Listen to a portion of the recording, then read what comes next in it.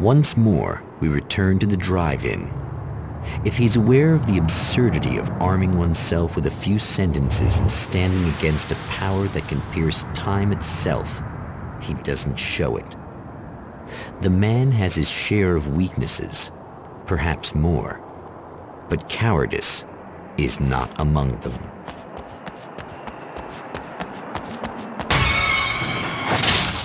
Oh, you got yourself a little plan, do you?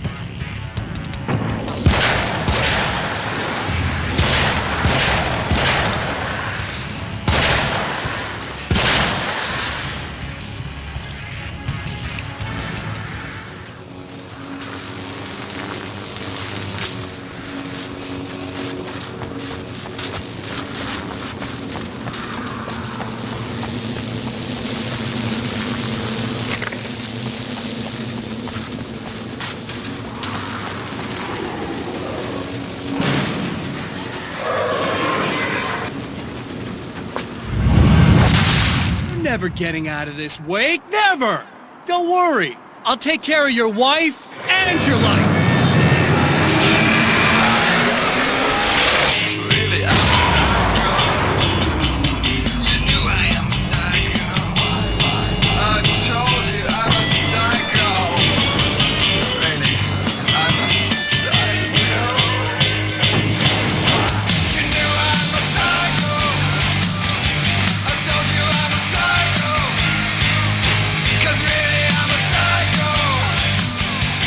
Told you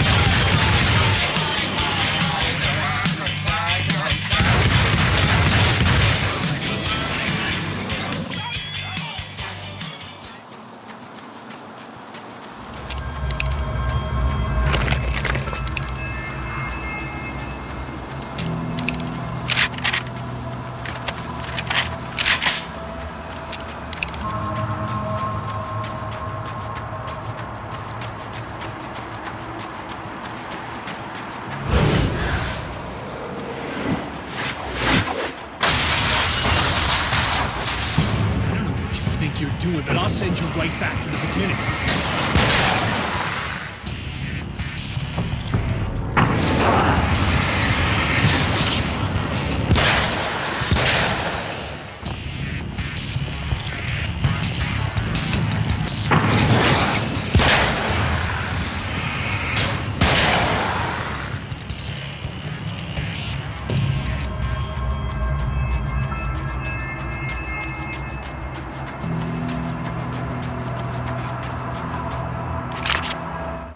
When the dark man's eyes suddenly locked into Serena's, she flushed hot.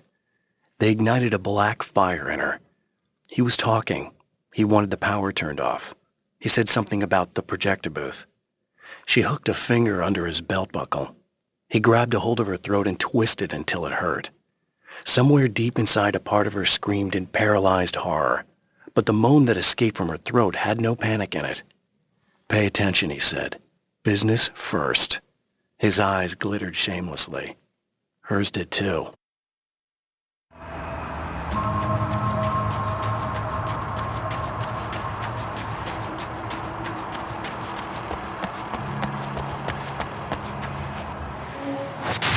What? You think whatever it is you're gonna do is gonna make a difference? This'll end up just like before!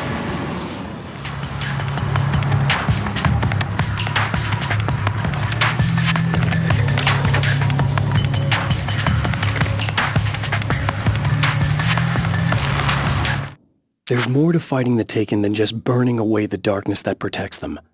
When I'm fighting for my life, I find myself slipping into a state of intense concentration that makes the beam of my flashlight seem more powerful and focused. I used to think it was just my imagination, something brought on by the adrenaline and fear of death, but now I'm not so sure. I've been touched by powers that I can't begin to truly comprehend, and they've left a mark. I'm starting to think this might be a part of it. I've been around for a while now, you know? Well, you've been indisposed, stuck in the darkness. I've been busy. I operate in the shadows, not always literally, you understand. I'm a little more resilient than those I've taken, but I do my best work in the dark.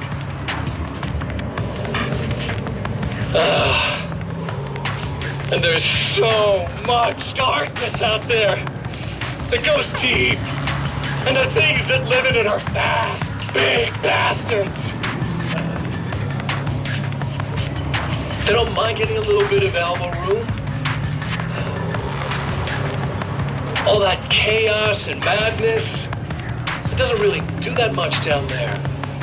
It's like pouring a glass of water into the ocean, right?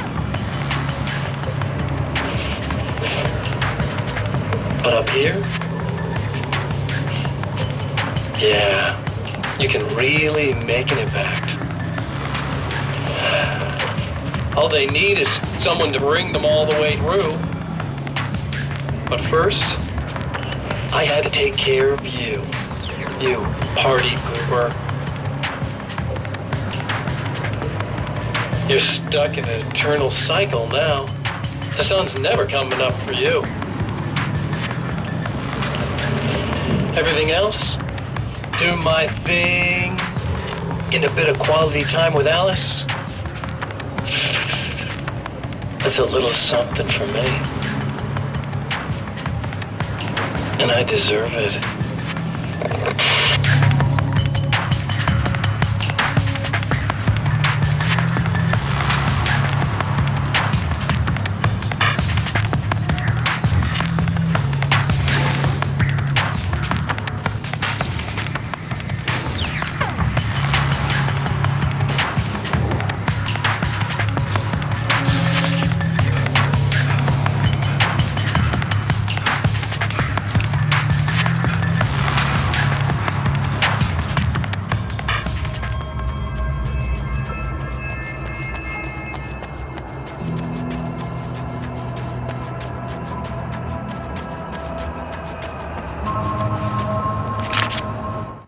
I held the film canister in my hands.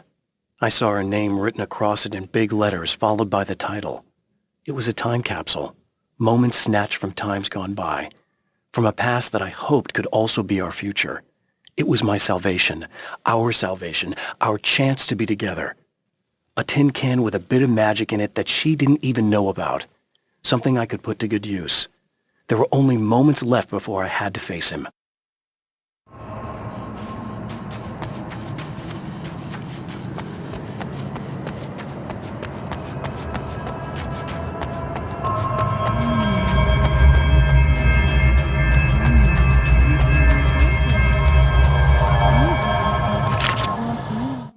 The clothes I wear now I shaped from dreams and memories. It's an old outfit, originally from the 90s.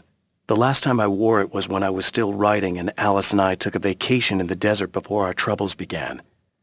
The night before, we'd been at a party, and I had dressed to the nines.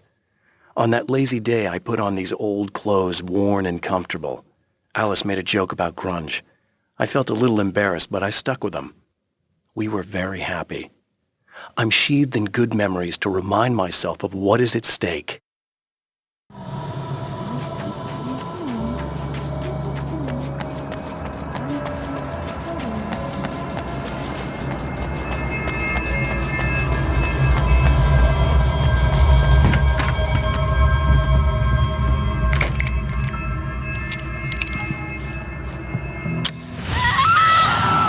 Oh, hey. I'm hoping I can put an end to this now. You'd better. I really don't want that to happen to me again. It's like somebody vomited in my brain, like a sleazy movie that keeps looping in my head. I'll stop this, I swear. You know the part that's really screwed up? If you mess it up, it'll just keep happening forever, right? I don't think I can deal with that. Don't think about that. I don't think of anything but. Hey, afterwards, when all this is done, look me up. This thing, I can probably help you deal with it. I don't know. It's almost like I'm not even in the same world anymore. Everything's just weird now. Yeah, I know. A lot of that'll pass with time. But being touched by the darkness, it's rough on you. It's a lot to process. And I just don't want you to get completely screwed up by this. Might be a little late for that, to be honest. Yeah, well, there's degrees. At least you're not at a point where you go around picking fights with people over not changing their light bulbs often enough. What? Never mind. All I'm saying is, you're not alone with this. And anyway, you're friends with Alice, so, you know, any friend of hers. Thank you.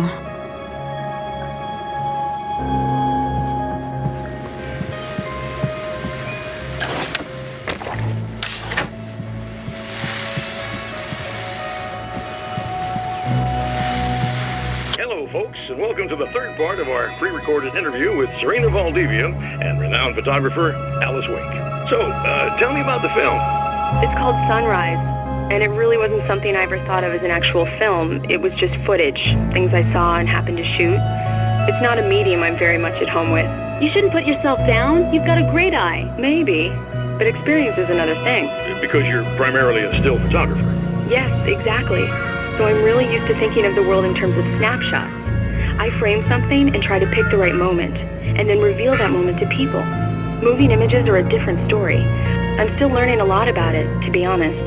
So this is a new thing for you? Or maybe I'm just a slow learner. But showing it like this is definitely a new step for me. It's a little weird taking something this intimate and showing it to everybody. Not that the material itself is somehow shocking. It's just that those were private moments. But that's why it works, because it feels genuine.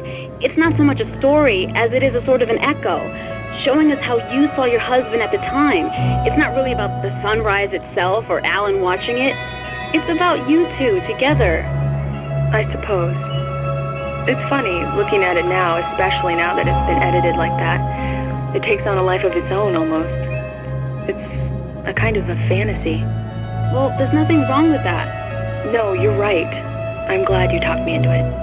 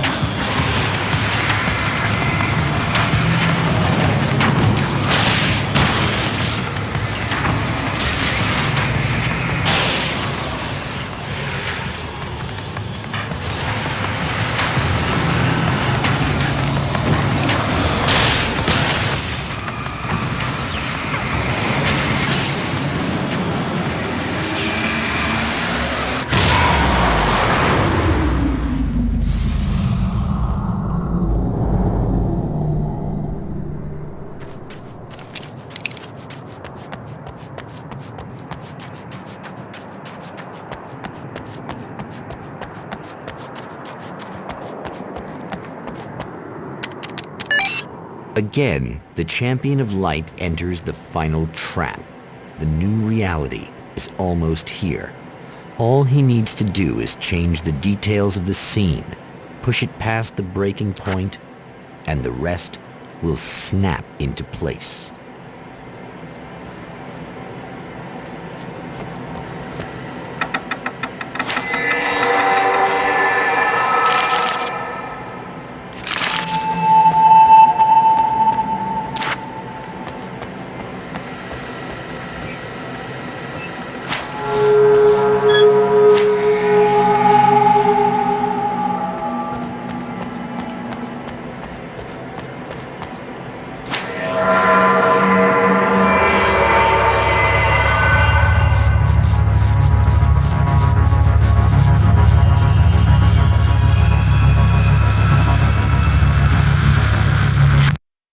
Oh, come on, buddy.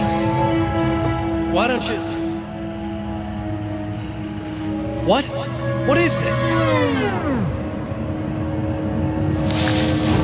No! No!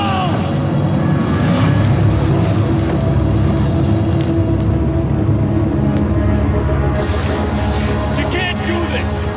All I did was take the things you always wanted and never had the balls to go for!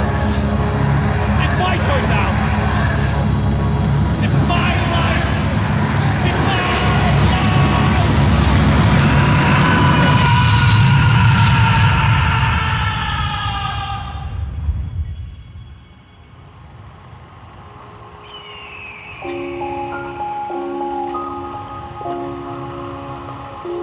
Alan? Is it really you? It's really me. How?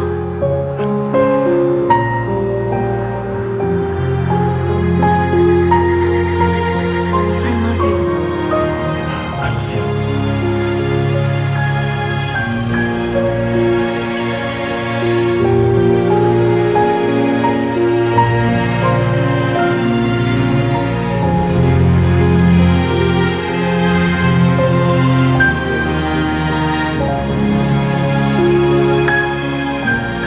A woman, a man, two lovers, held apart for far too long, enveloped in the light of a glorious dawn. They both feel it. He's home at last. Are these actual events, or merely a dream? A memory, or a glimpse of what is to come? One thing is certain. This scene takes place in another time and another place, far, far away from Night Spring.